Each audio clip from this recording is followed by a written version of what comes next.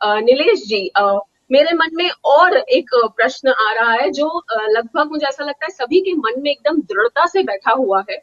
वो ये है कि हमने आज तक आयुर्वेदिक दवाइयों का कोई साइड इफेक्ट यानी कि कोई ऑड इफेक्ट नहीं सुना है। तो वाकई में ऐसा है क्या कि आयुर्वेदिक दवाइयां एकदम निर्दोष होती हैं, उनके कोई साइड इफेक्ट्स नहीं होते? और यहाँ तक कि तो कई लोग ऐसा कहते हैं या कई लोग ऐसा मानते भी हैं कि आयुर्वेदिक ट्रीटमेंट के लिए आपको डॉक्टर के पास जाने की क्या जरूरत है। कोई भी आयुर्वेदिक बुक आप उठा लीजिए, उसमें जो दवाइयों की सूची आपको दी गई है, बाजार से वही दवाइयां खरीद लीजिए और हो गया आयुर्वेदिक ट्रीटमेंट। क्योंकि आयुर्वेद का कोई और असर नहीं है। तो क्या ऐसा करना सही है नीलेश जी? ये जो मान्यता है वो भी बहुत ही डीप रूटेड है हम सबके मन में। और आयुर्वेद में कोई साइड इफेक्ट नहीं होता है, इस मान्यता के बहुत सारे साइड इफेक्ट हो रहे हैं। सबसे पहले इसका स्ट्रेट अगर कोई जवाब देना है कि क्या आयुर्वेदिक दवाइयों का कोई साइड इफेक्ट नहीं होता है, तो इसका स्ट्रेट जवाब यह है कि यह बिल्कुल गलत बात है कि आयुर्वेदिक दवाइयों का कोई साइड इफेक्ट नहीं होता है। यह बात गलत है। कोई भी चीज जिसका कोई इफेक्ट है उसका तो साइड इफेक्ट होने ही वाला है।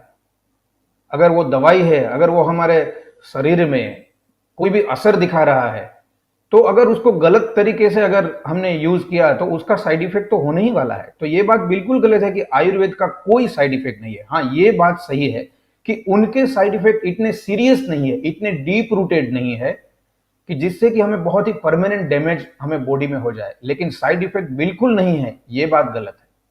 फॉर एग्जाम्पल, अगर हमें कब्ज हो गया है, कॉन्स्टिपेशन हो गया है, और तब अगर हमने दस्त की दवाई ले ली, डायरिया की दवाई ले ली, तो ये हो गया केस नंबर 1। लेकिन अगर आपने उसका उल्टा किया कि आपको आपको अभी डायरिया है, डायरिया रोकने की जगह आपने कब्ज डायरिया बढ़ाने की दवाई ले ली, तो क्या होगा? कब्ज हो गया है, आपको अभी मोशन चालू करने हैं, मोशन चालू करने की दवाई लेनी है, उसकी जगह अगर आपने मोशन बंद करने की दवाई ले ली, डायरिया बंद करने की दवाई ले ली कब्ज के केस में, तो क्या होगा? साइड इफेक्ट नहीं होगा? बिल्कुल साइड इफेक्ट होता है। इसके साथ साथ कुछ और ऐसी बहुत सारी आयुर्वेद में दवाइयां हैं जो कि मेटालिक पोर्शन वाली है, स्वर्ण की प्रिपरेशन है, बाद में रसौषधियां है।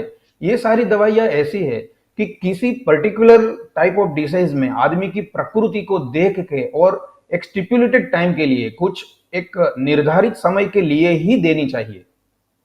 और वो ऐसी सारी दवाइयां किसी एक रजिस्टर्ड प्रैक्टिशनर की निगरानी में, उसके गाइडेंस के हिसाब से, उसके प्रिस्क्रिप्शन से ही ये दवाई ली जानी चाहिए। अगर ऐसा नहीं किया तो डेफिनेटली उनकी भी अपनी कुछ साइड इफेक्ट्स है। तो ऐसा बिल्कुल नहीं है कि आयुर्वेदिक दवाइयों की कोई भी साइड इफेक्ट नहीं है। और घर बैठे हम अपने आप से आजू बाजू वालों को पूछ के या कोई मैगजीन्स में डू इट नाउ जो तरीके आते हैं ना, ये आजमा कर देखिए, इन सब चीजों में से पढ़ के अगर हमने अपने रोगों की दवाई घर बैठे चालू कर दी और इसकी कोई साइड इफेक्ट नहीं होगी, बिल्कुल नहीं है।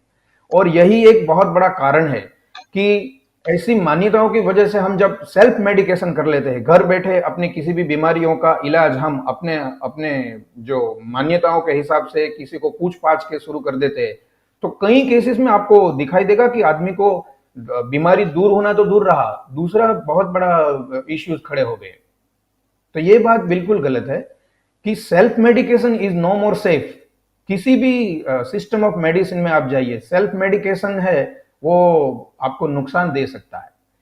तो साइड इफेक्ट नहीं है, ये बात बिल्कुल गलत है। साइड इफेक्ट भी है आयुर्वेद में। हाँ, ये बात जरूर है कि इतने डीप रूटेड, इतने डेंजरस, इतने परमानेंट डैमेजेस आयुर्वेद नहीं करती है compare to other medicine. But at the same time इसका मतलब ये बिल्कुल नहीं है कि आप सेल्फ मेडिकेशन शुरू कर दे, किसी को सुनी सुनाई बातों पे विश्वास करके अपनी बीमारी का इलाज शुरू कर दे। कभी भी बीमारी है, आपको कोई भी बीमारी है और आयुर्वेदिक दवाई लेना चाहते हो, तो किसी भी रजिस्टर्ड प्रैक्टिशनर से, ऑथेंटिक डॉक्टर की निगरानी में ही, उसके प्रिस्क्रिप्शन के आधार पर ही आप अपना इलाज करवाए। नहीं तो ये साइड इफेक्ट जो है वो बिल्कुल हो सकती है और आपकी बीमारी जो है वो बढ़ भी सकती है और नहीं भी कोई इश्यूज आपको खड़े हो सकते हैं।